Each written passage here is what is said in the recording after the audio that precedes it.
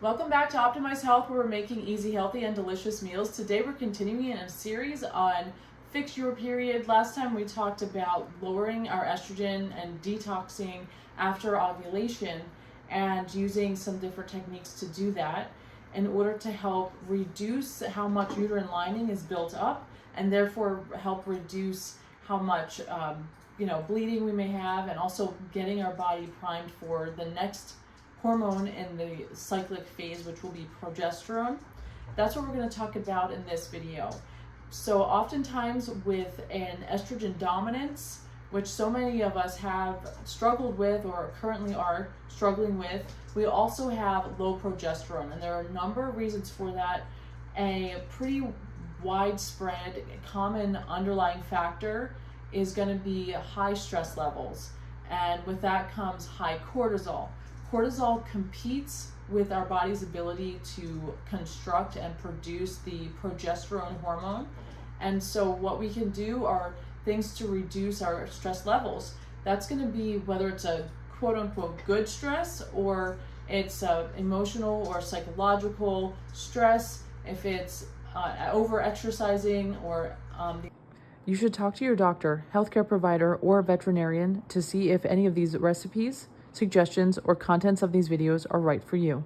Nothing contained in these videos are intended to be taken as medical advice. Use at your own risk. the exercise intensity is too high, if our sleep is not adequate or is interrupted too often. And these are things that maybe we don't always prioritize in addressing, but it's certainly going to help to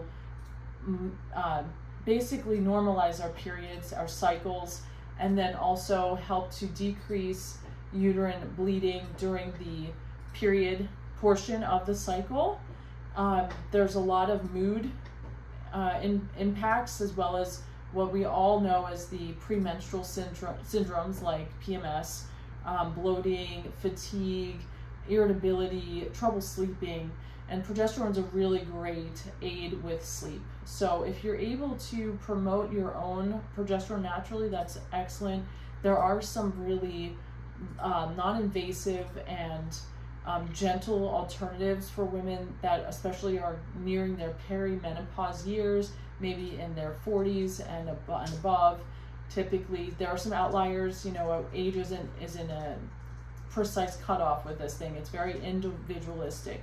But some women may want to consider the progesterone creams.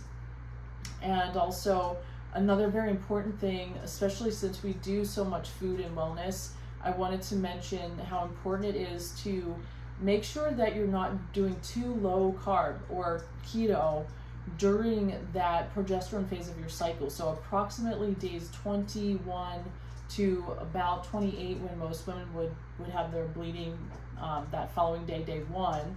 After day 28, it can vary depending on your cycle lengths. So you want to increase your carbs, and progesterone likes to have insulin higher. So you want to eat nature's carbs. It's a good time to incorporate things like sweet potatoes and a lot of healthy fruits and maybe some other root vegetables. If you're looking also at things like seed oils, trans fats, and kind of commercial fats and oils that are used, that can make period problems worse, as you probably can imagine. So you want to stay away from these junk food carbs and focus on nature's carbs. Just another thing to mention with adequate sleep production, it's like a catch-22 sometimes. If you have low progesterone, your sleep may be troubled, and then from having troubled sleep, you're not able to produce the hormones as well as you should. So really we need to address sleep problems and to help promote the best sleep that we can. So we want to have adequate magnesium. I'll talk more in my next video that's focused more on reducing the length of time of bleeding and therefore the amount of bleeding during your period, which I'm hoping will be really helpful for a lot of people that are watching and listening. But I'll also talk more about these supplement stack that I would recommend to start during the progesterone phase and continue into the bleeding and the, you know, what they would call the first week of the cycle. So I hope this was helpful. I'm hoping that you'll share, like, and subscribe. And I'm really hoping to get some comments back from you guys and suggestions and requests. Like, what else do you want me to talk about? How can I be of help to you? Thank you.